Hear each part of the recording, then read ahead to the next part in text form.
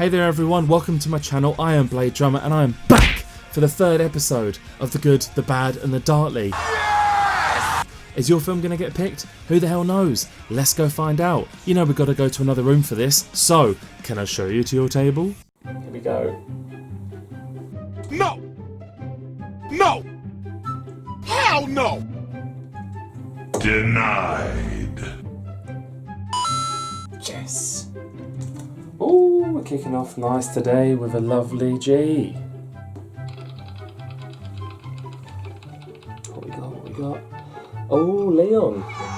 Nice, I'll take that. Let's go, shall we? Leon was released in 1994. It was directed by Luc Besson and it starred Jean Reno, Gary Oldman and Natalie Portman. Matilda, a 12-year-old girl, is reluctantly taken in by Leon, a professional assassin, after her family is murdered. An unusual relationship forms as she becomes his protege and learns the assassin's trade. This stylish film has plenty of action, drama and suspense in it, but what really surprised me was the little yet perfect amount of humour present in it. Instead of making it too dull with just dialogues, Luc Besson has relied on the characters more than the plot to keep the entertainment quotient going on. Jean Reno, Natalie Portman and Gary Oldman have really impressed me big time here and delivered one of their best performances to date. Fully realising the characters, Besson has given us enough time to understand them while also delivering plenty of killer action sequences that are choreographed and shot really well. Leon is a hitman's emotional saga and is backed by a thread of strong emotions between the characters. The relationship between Leon and Matilda will really get you involved. Stansfield is probably one of the most terrific action movie villains that I've seen, and the movie just looks fantastic as well. 9 out of 10.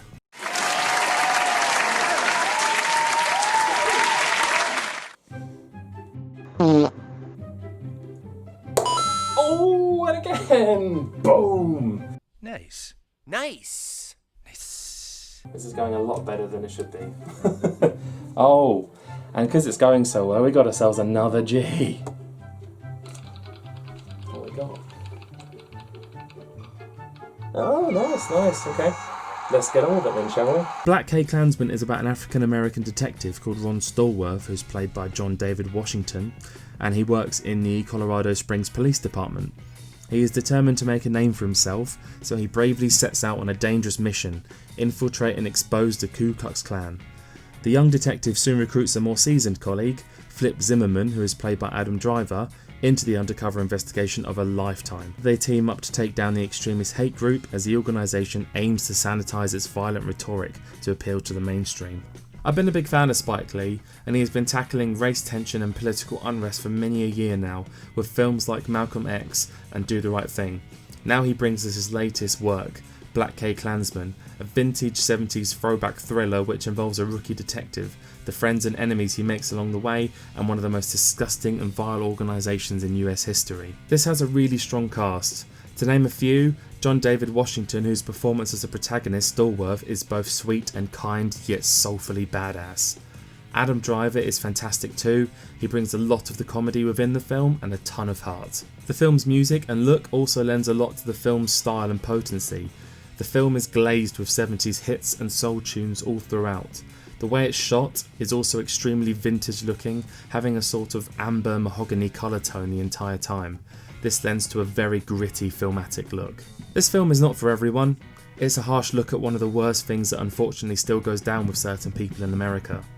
There are some harsh political statements in it, but this is only a small slice of the movie, so if you're interested in seeing the film, ignore the politics and see the film with a grain of salt and of course for entertainment's sake. It's entertaining, it's daring and it's brutal in its approach. Featuring terrific performances and wonderful sense of 70s culture, Spike Lee throws us another grenade of political unrest and historical drama. 9 out of 10.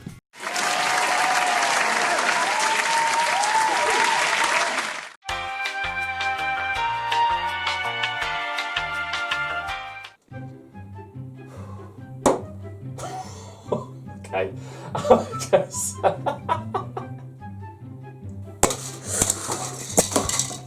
Stop it. Get some help.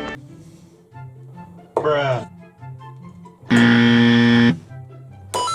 Boom! Nice. It's a B.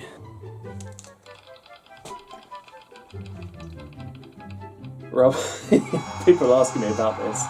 Okay, let's go. Rubber was released in 2010. It was directed by Quentin Dupieux and it starred Roxanne Mesquida, Steven Spinella, Wings Hauser and Jack Plotnick. Rubber is about a homicidal car tyre. Yes, I said a car tyre. You serious? Discovering it has destructive psionic powers, sets its sights on a desert town once a mysterious woman becomes its obsession. Look, this is a film where I would honestly say go and see it yourself and come back and tell me what you think.